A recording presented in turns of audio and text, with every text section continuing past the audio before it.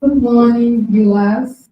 Welcome to yet another exciting episode of Track.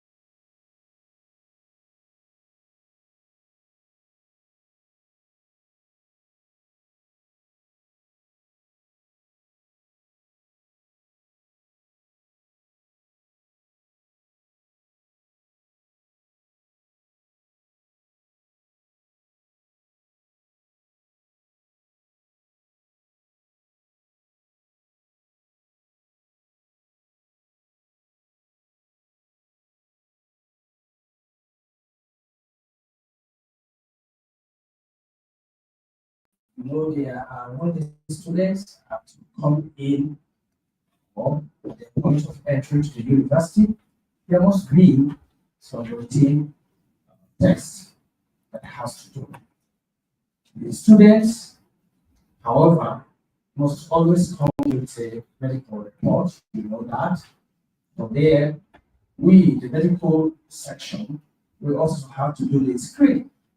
Those screening, the estimation of few, we take their physical examination. We'll be there to assess their physical, of course, to know what's from here to do to assess them. From there, we also do the blood checks. If it needs, if need permits, we also do some investigations. All right, laboratory investigations. Most important thing, physical examination, okay, it's monitoring their blood pressure at that point in time, and also collecting their medical reports. That's some of those. The test will continue. It's a continuous process. Until we get admitted in the university, we know all that test will come to play. Thank you very much. Thank you so much, sir. And since you have elaborated on these checks, I would like to know what role does the management play in enforcing this checkup?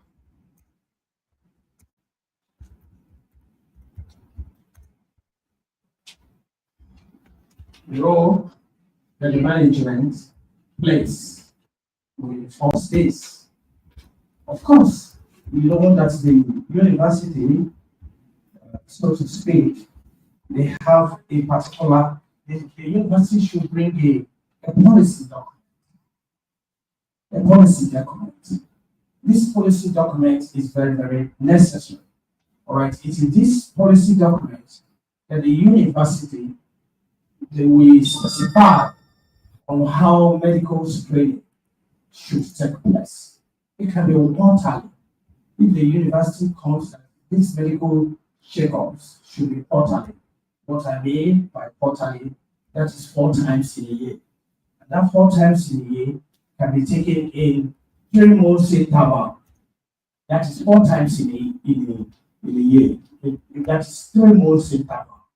Okay, quarterly. So they can come up with that kind of policy, determining how these medical checkups should come to play. Very, very important. The university management also, the authority should also specify the medical test necessary. It is also the university that will come up. Recently, we are working towards putting up a, we will put up a name of all those essential uh, investigations that are necessary at the point of entry to the university. It now uh, depends on the university to go through it and find out and bring out the document, those ones that are necessary or specific for the staff and the students as well. Thank you. So as we speak, your office is mapping out list of tests. Yes, we have already submitted our all this. We have written the result of those essential tests. Yes, sir. Thank you so much. And I would like to know, are there certain or specific health risks that are more likely to be corrected or controlled if they are found out early? Yes, that brings me the first question you asked about the routine test. Yes. Is when a student is admitted in the university, I will try to do those things. What are we trying to checkmate? We are trying to find out the early to have to detect early detection of health issues at that point of entry. We also have to encourage promoting health habits for the person, for the for the student. It is most importantly, those health risks are being discovered at the point of entry.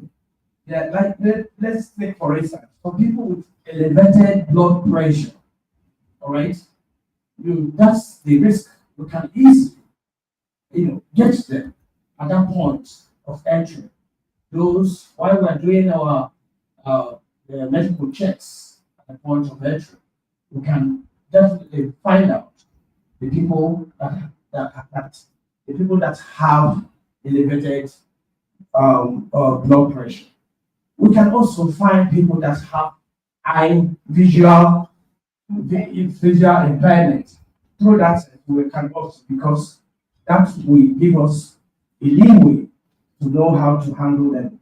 We can also have some people that are physically challenged, right? That we need assistive technology while they are in the university at that point of time. Those risk factors we can also find it out there.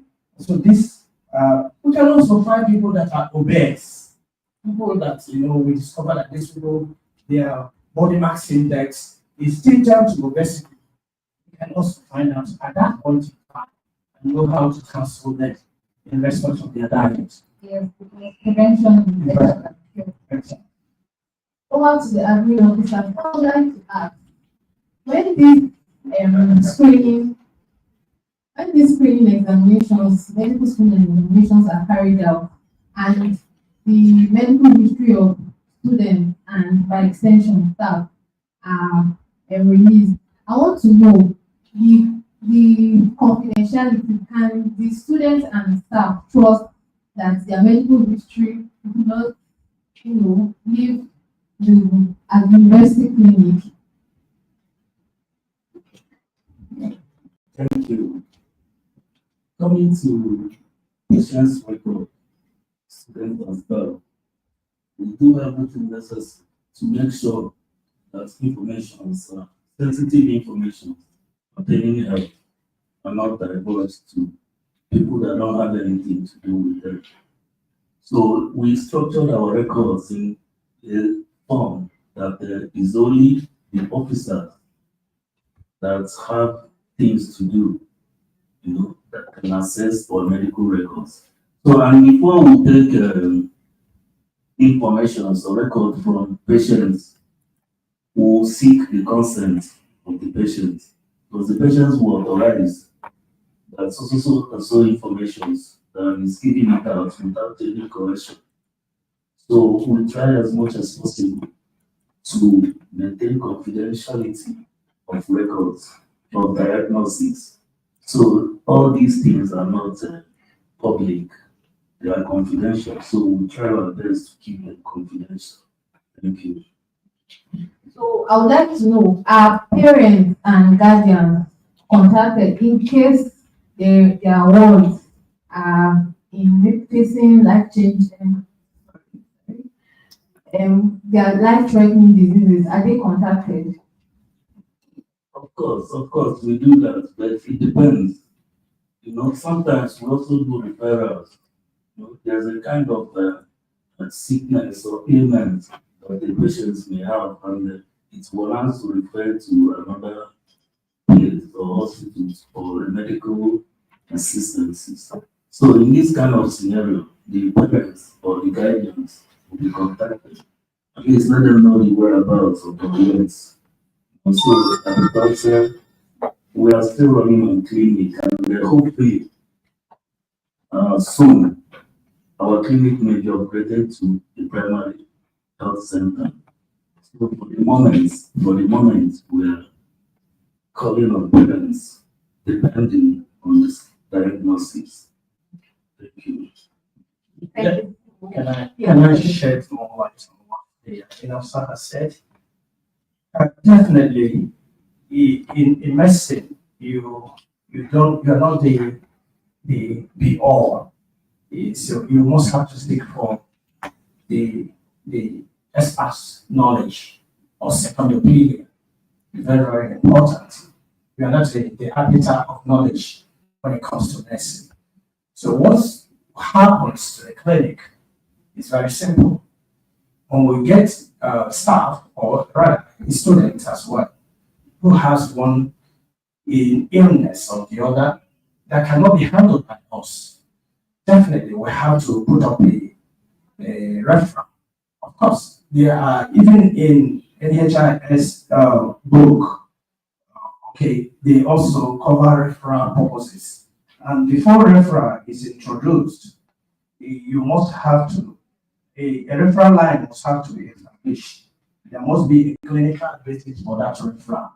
You understand? That is a case we cannot handle. All right.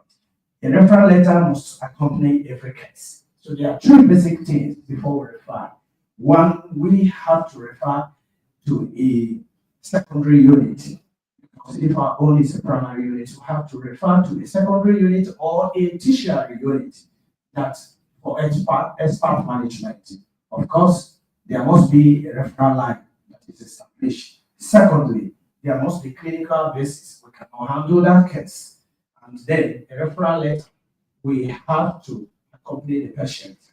So before that is done, while we're doing that, we put a call to the parents that we are referring your ward to a secondary or tertiary institution.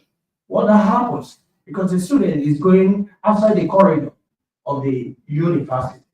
So we have to, it is down on us that we have to get in touch with the parents because the bill has to be footed by the parents in question.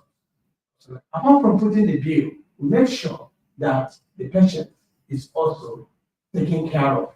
So we inform the parents and tell them that their child is referred to another second level of care. All right. And it definitely starts from there. If there is any facility, the university renders that, that service of using our ambulance, the university ambulance, to convey the staff or the student to that post or to that facility he or she has been referred to. Definitely, the parents will be waiting for us. We hand over the awards to them, and there we come back. Then, after the treatment, the person in question will also bring a medical report because record has to be continuity of records. All right.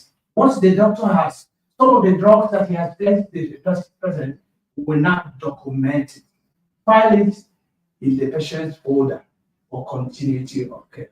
Thank you very much. Thank you so much, sir, for very elaborate.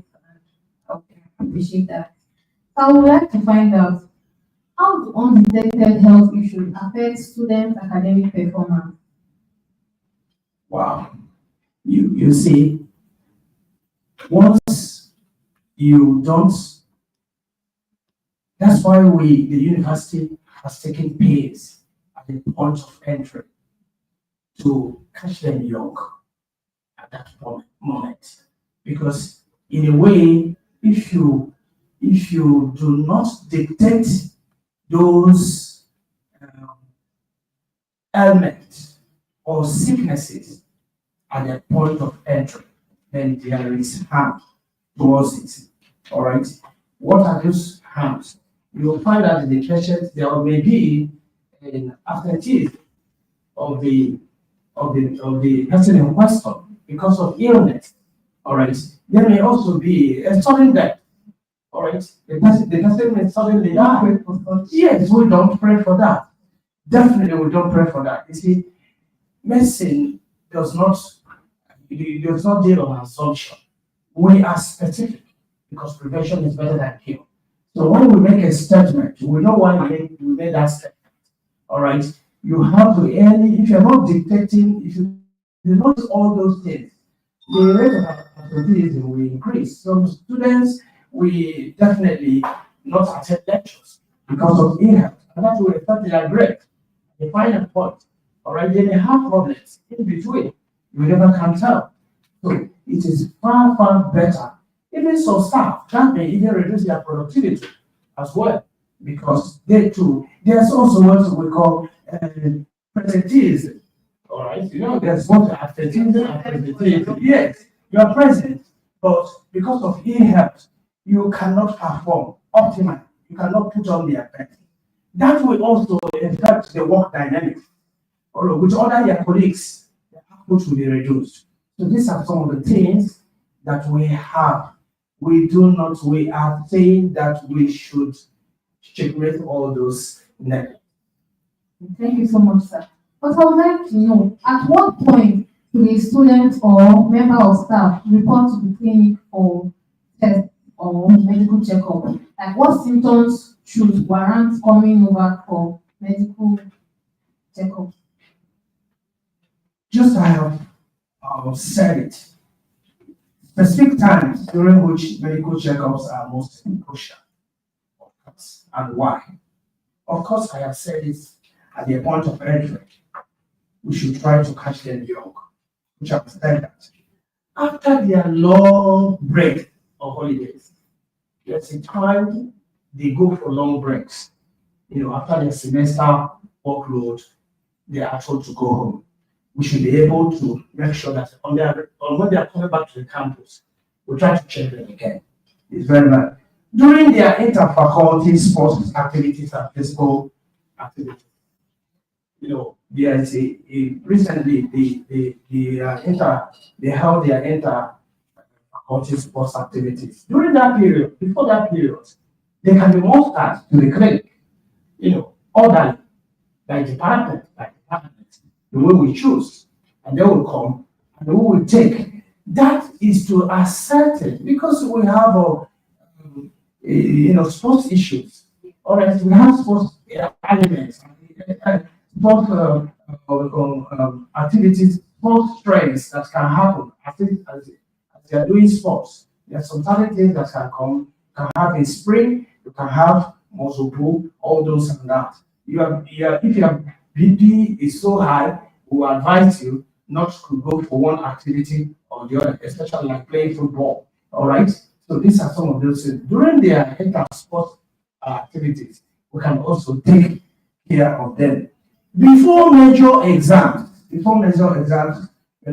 ascertain, exam has its own strength, academic strength. Okay. So before major exams, at the beginning of another academic year, all right, it is also very, very, very important and pertinent that we should also bring the students so that they can undergo medical checkup. These are some of the during disease outbreak. During disease outbreak, we can also do their medical checkups to find out those that are affected, those who are affected. Thank you so much, sir. And AO, so I would like to know, we are aware already that Adult Clinic operates 24 hours, that's round the clock. And I would like to know, for these medical checkups that go on, is there a specific time frame that the patient can come in for test? Thank you. Coming to checkups, normally ADUM operates on 24. Emergency services is on 24/7. But when it comes to checkup, as early as 7 a.m., we are up.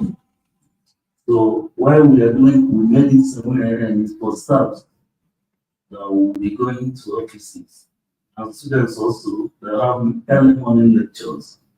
So they need to come and give them the services that they want. So for now, admin runs checkup services from 7 a.m. to 4 p.m. That's fair enough. Yes, sir. We do it for the students and staff, for the community. So thank you. Thank you so much, sir. And so our viewers, if you have any question you'd like to ask, you're advised to drop it in the Facebook comment section, the YouTube comment section, or on WhatsApp on 090-575-13226. I'll take it again, 090-575-13226. Thank you. I would like to know, in what specific ways does medical checkup help to keep students and staff at their optimal best medically? Thank you very much. When you talk about optimal health, you should bear in mind that there are 4 things that has to come to play when you talk about optimal health. Optimal health demands that you be physically fit. That's physical fitness. That's number 1. Your mental, you will also be mental alert. Mental alertness is also here. Emotional stability is also, and also your social well-being. That will help an individual to maintain a healthy habit. All right. So optimal, for you to have an optimal health, of course you remember that the WHO defined health as a state of complete physical, mental, social, and emotional well-being of an individual, and most men the absence of disease or infirmity. That's what the WHO. So what they have in mind that a person should maintain optimal health at any point in time. So that optimal health warrants your mindfulness that you are capable to cope with challenges of the environment, challenges of the society, challenges, academic challenges. Okay, you are able to cope with it and enjoy your optimal health at any point in time. All right, so you must be mentally fit, physically fit, mentally, emotionally stable, and sociable, very sociable. You must be able to interact with other people, and be able to do your work effectively and efficiently if you actually enjoy optimal. And above all, your self-care, all right, your self-care is also very, very important. For you to enjoy optimal health, you must not have self-care deficit. All right, your self-care must also be up to that. That is some of the things that has to do with enjoying optimal. Okay, sir. I would like to know when maybe a staff reports sick to the clinic and this routine medical checkup is done, and it's discovered that okay, maybe their blood pressure is high. What exactly is there a mechanism for immediate admission into the clinic? Thank you. Once a person or a student or staff, remember the admin officer told you we operate on 24/7 basis. Yes, sir. If we operate on 24/7 basis, what that means is that we are accessible at any point in time. So if you report to the clinic, the necessary things are being done. We take care your vital signs has to do with temperature, pulse, respiration, BP, SpO2, and they are taking, you will have to take it. Then your weight and also your height. In the course of these routine checks, we now discover that you have one problem or the other. Let's take, for instance, we discover that the student is having a BP of 160 over 100 millimeter mercury, 160. And we look at this student. This student is 16 years old. Not that he is aged, alright? Because there are some certain things that can also affect BP, all right? So, emotional stress, I'm going so far on that. When we discover that you have this 160 over 100, we'll not let you go, all right? We have to, take you, admit you, and also find out why that has happened. Their previous, we check their other previous records. We just oppose it with the present vital signs. We know where to cancel you. All right. But we do not introduce antihypertensive drugs immediately because we know that academic stress, emotional upset easily make the BP. Exercise can also help that. But first and foremost, we must have to admit you. Okay. And then they can monitor it. Yes. Okay, thank you so much, sir. But I would like to know, are there any potential consequence of neglecting this routine medical check I'm talking about? Honestly, there are so many. You see, it's yes, yeah, they're enormous. That's what we're saying. Of course, you did say ATR prevention is better than cure. All right. So if you neglect, medical checkups, definitely there's going to be far-reaching consequences. One thing is there's going to be a rapid spread of infectious diseases. All right. In a place that people are crowded, overcrowded, and where you have poor sanitation, that can easily, in a situation you neglect medical checkups and people are living in an overcrowded area and having poor sanitation, definitely the infection will definitely increase that time, especially where there's poor sanitation and limited access to clean water. Also, if we begin to have stress-induced environment, that can also trigger medical health issues like anxiety and depression. So that can happen. That also that way can also reduce what we call life expectancy rate. All right. So life life expectancy rate may be reduced when you neglect medical checkups. You see some people studying that can come, then it can also lead to increased mortality. The death rate might also increase.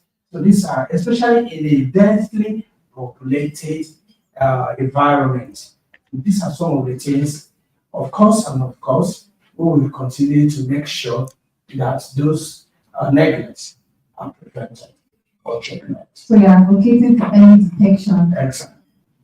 Okay, thank you so much, sir. But please, could you enlighten us on the challenges that institutions, not Advent specifically, but institutions generally face, medical institutions, when it comes to this medical checkup? All right, of course, it's not only as or the institutions there's a lot of or have challenges on this medical checkups. Institutions may have limited resources. All right, they may have limited resources. If their resources are not they don't have financial buoyancy, you can see that most of those medical checkups cannot be carried. Also, if institutions don't have the trained personnel as well, all right, because you have to have the trained personnel who are to do those work, all right, and also push them on the front line so that they can handle that work effectively and efficiently. All right. So if a university also do not have, I always advocate for a document because documents a policy with its implementation. It must be they must go hand in hand. Bring the document that necessitates that this will be done. You make sure that it's being implemented. If they didn't have a defined policy document, you definitely, they can be crippled by any ailment that happens within their vicinity at that moment. But when they have a good framework of policy, rules, this defined policies and documents, you find out that definitely those checkups can be done as quickly as possible. Thank you. Thank you so much, sir. I hope that in our conversation. Over to you, sir. You mentioned financial bottlenecks. I would like to know for the staff and students of Admiralty University of Nigeria, the medical clinic that we have, can students and staff come for medical checkup free of charge, or is it subsidized to a degree? Thank you. For payments for medical services, for the staffs, I think for the students, let me start from the students. For the students, the amount they pay is embedded on their school fees. And there is as good as is subsidized. So it is as good as nothing. But when it comes to staff medical services are free of charge. Staffs don't pay any money. That's I've come in contact with this needs a medical attention.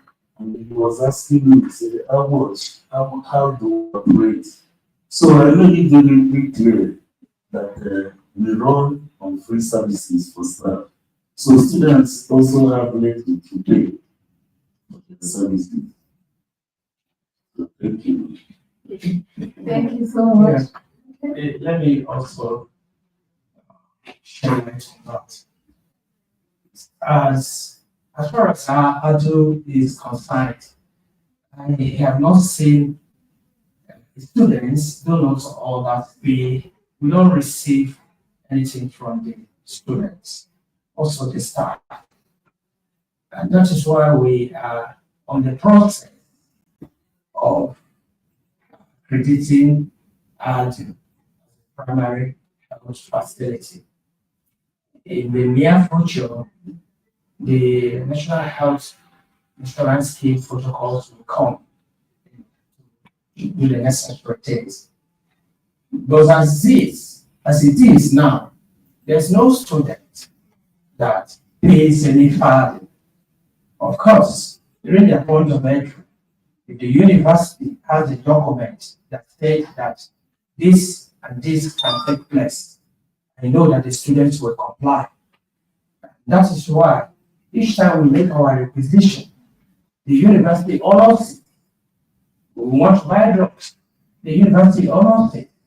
And when we buy those drugs, that's our consumables required or requisition. When the university honors it, we have a vendor that supplies to us. Those drugs are also dispensed to the students free of charge. It is only when we are referring a student from the corridors of the university that we now inform the parents. The parents have always been very happy the way we handle referral purposes. Each time the student come back to tell us, thank you, mom said, you people handle that professionally.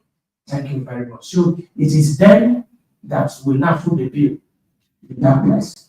When the time to come, the NHIS scheme, when it takes off, then the principles and the models, the way it is being operated, they are operated.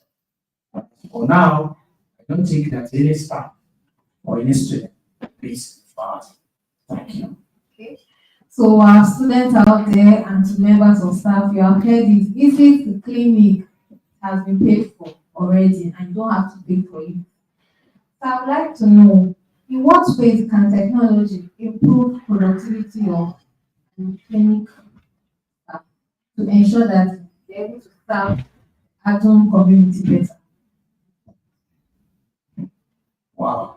Technology technology, you know what technology entails.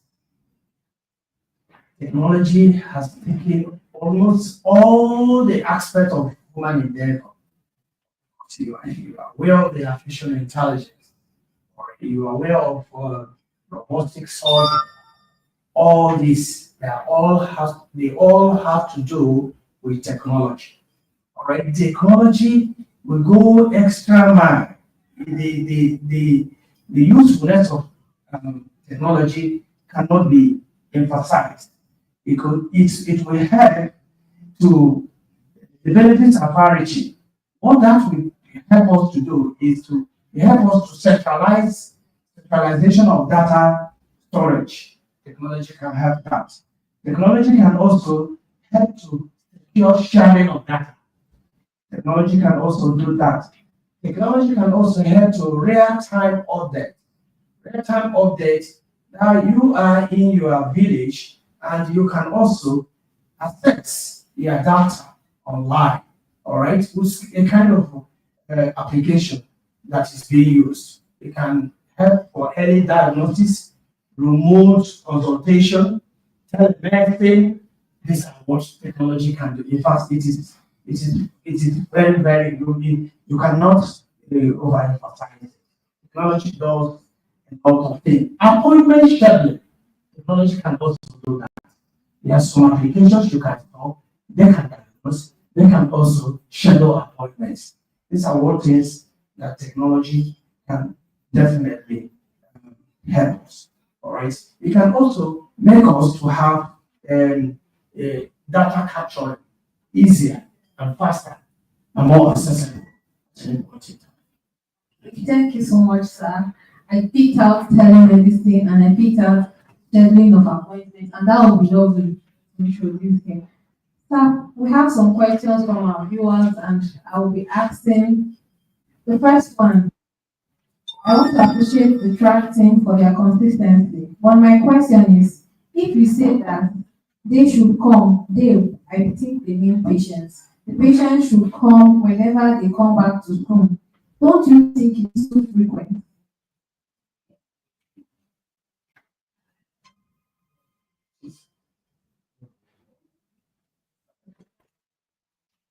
Too frequent. You see, what is there is we have to tell you to come. We have to tell you, the student, you have a problem health-wise, and the university has made it known to you. We have thrown our door open that we operate on 24/7, and you are not saying it's too frequent. I don't know how often and how frequent you want it to be. We are operating on 24 hours basis because we are keeping 24 hours duty. Honestly, we are keeping 24 hours duty. So anytime you come, you will meet us. So it's you that is saying it's too frequent to you. To us, we're there to attend to you at any point of time. When you have the time, please come. If you have just returned from school and you want to have your rest, you after having your rest or your siesta or whatever you call it, you can come so that we listen to your complaint. That is what I want to advise there. You are free to approach us at any point in time. That's for that. You have heard it, you are always welcome to come to the clinic because health is wealth. Mhm. The second question, how does the medical unit collaborate with the counseling unit in attending to students who are having some health challenges? That is basic. No, we don't work in isolation. You know that. We cannot operate in isolation. That's where at times we refer when the need arises. Of course, recently there was a mental awareness campaign that we all attended. All right, and we must always collaboration with of the discipline, it cannot be compromised. Where need arises, we discover that a patient, or rather a student or a client, is having depression or anxiety, we know where we can come in. We know that we can also refer them to a clinical psychologist, all right, for counseling, adequate counseling. All right, so those we collaborate with them, or we discover that anybody is having substance abuse. All right, we also counsel the person. We are the clinical psychologists. We come in, we also refer to them. So we work hand in hand with them when the need arises. Thank you so much, sir. There is already a synergy between both of them. The next question, sir, can you give us more insight in NHIS and what level we are now as a university? I think you mentioned it earlier. Yes, of course, the level we are is still in the process. I don't need to come and start speaking in isolation with the management of the university. And I believe that the university should do the medical in terms of national health insurance. What is in progress? That's we'll get feedback soon. Okay. The last question will be taken because of time. Are there medically inclined programs that support students due to school stress apart from just sport activity?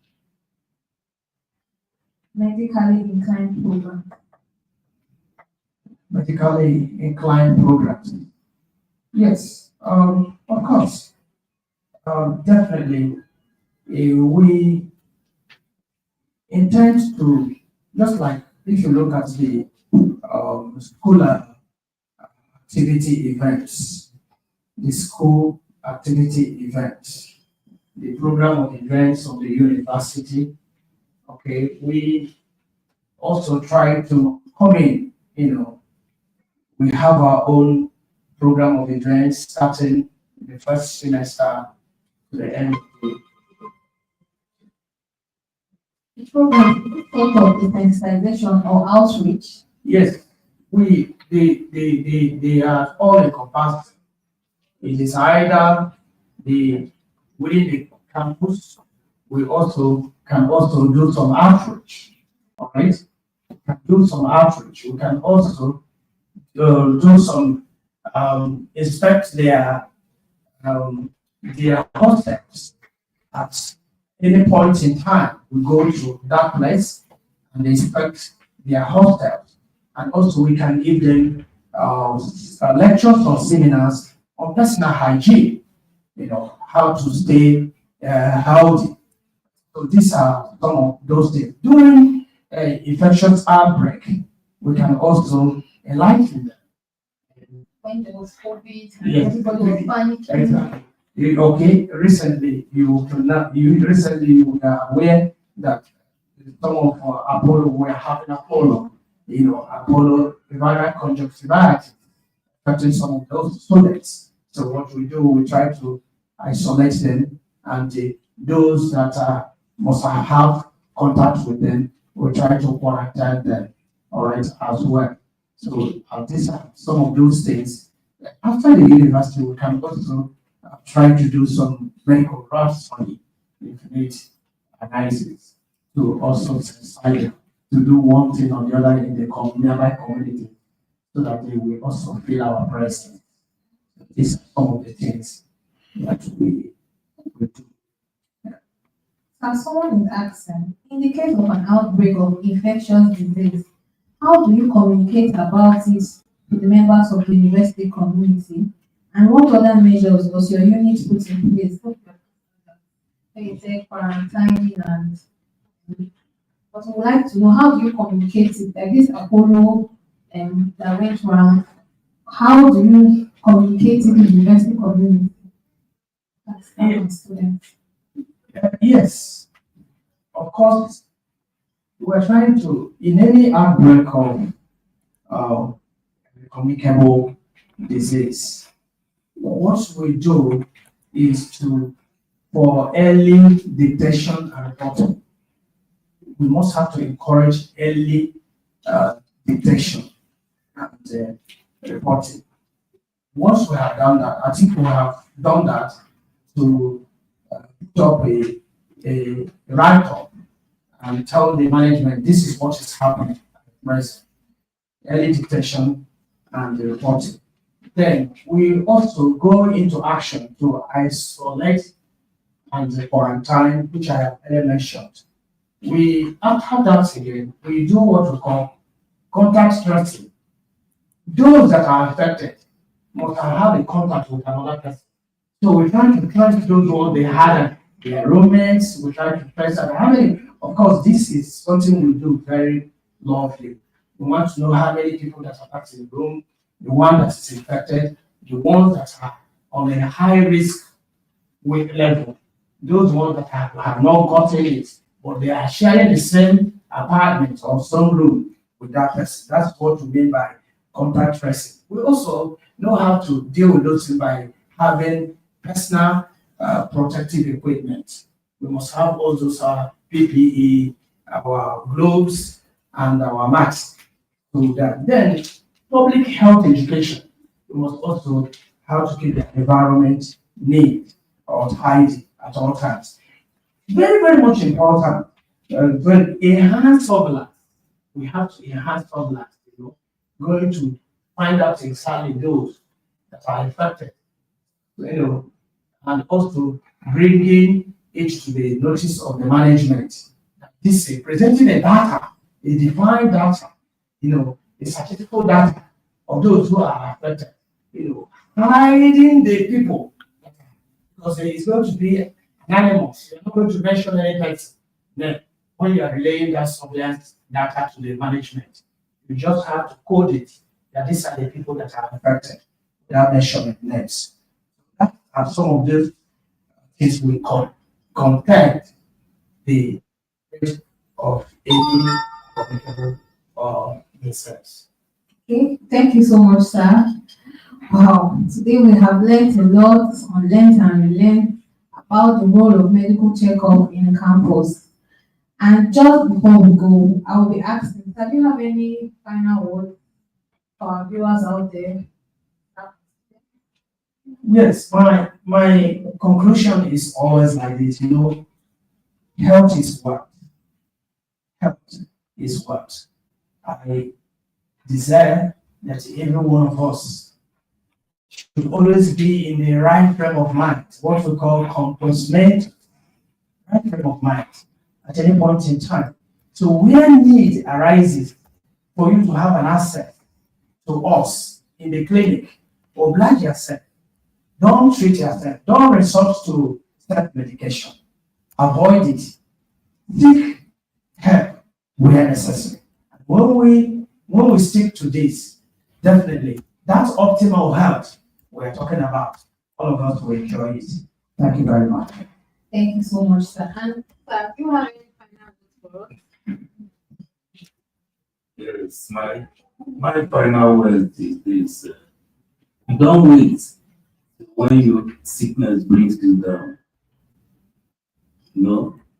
Prevention is better than cure. Do the needful. Come to the clinic whenever and however. Some people will always wait when they are down before they will seek for medical attention.